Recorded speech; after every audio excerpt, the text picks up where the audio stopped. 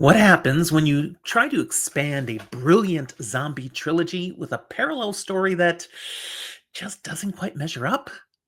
Let's dig in.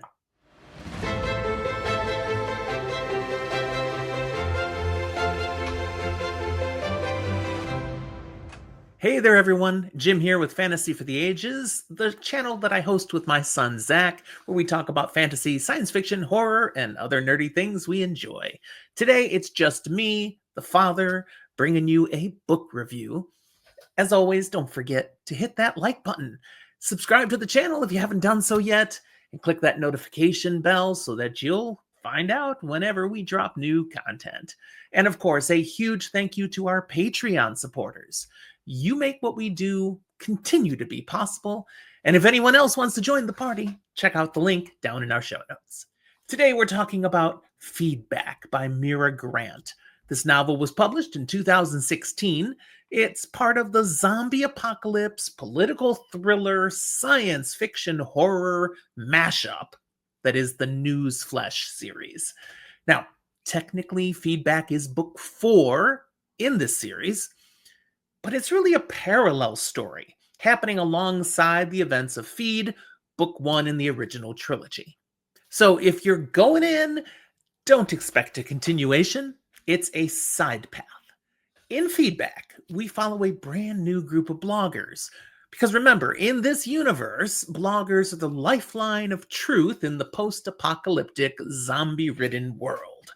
This team gets caught up in the same political race and larger conspiracies that Sean and Georgia Mason were reporting on in Feed. It's the same world, same timeline, just seen from a different perspective. They get swept into danger, intrigue, and of course, zombie mayhem, all while trying to stay alive and find the truth. Here's where I've got to be real.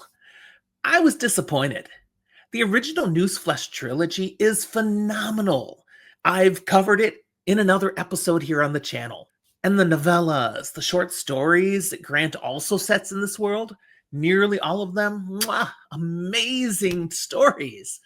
And lots to say about the human condition. But Feedback?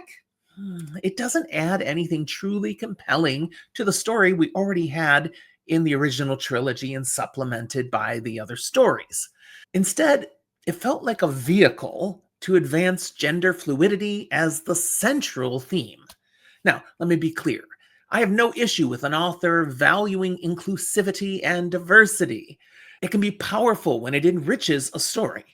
But in this case, the representation felt forced, like it was the main reason for the book existing.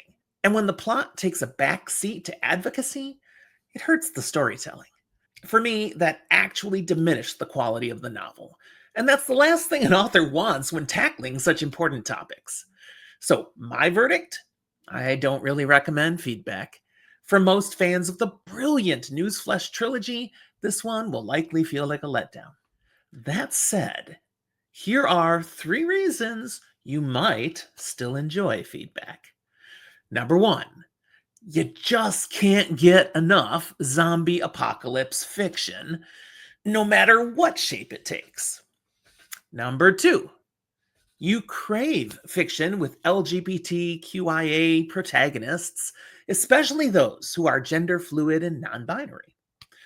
And number 3, you loved the Newsflesh trilogy so much that you simply must consume every last scrap Mira Grant has written in this world. That's why I read it, even if you've been told it's not quite on par with the rest. So that's my spoiler-light take on Feedback. A book I wanted to love, but ultimately, I did not. What about you, though? Did you read this one? Did it work better for you? Let me know down in the comments, because I'd love to hear about your perspective.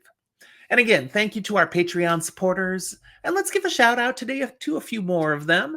Thank you, Carrie John, Jason Enberg, Jordo, and DT. We truly appreciate your support. Everyone else, don't forget to like, subscribe, and hit that notification bell so that you don't miss more reviews, lists, and all the other crazy things Zach and I keep trying to put out on this channel. Thanks for watching. We'll talk to you next time.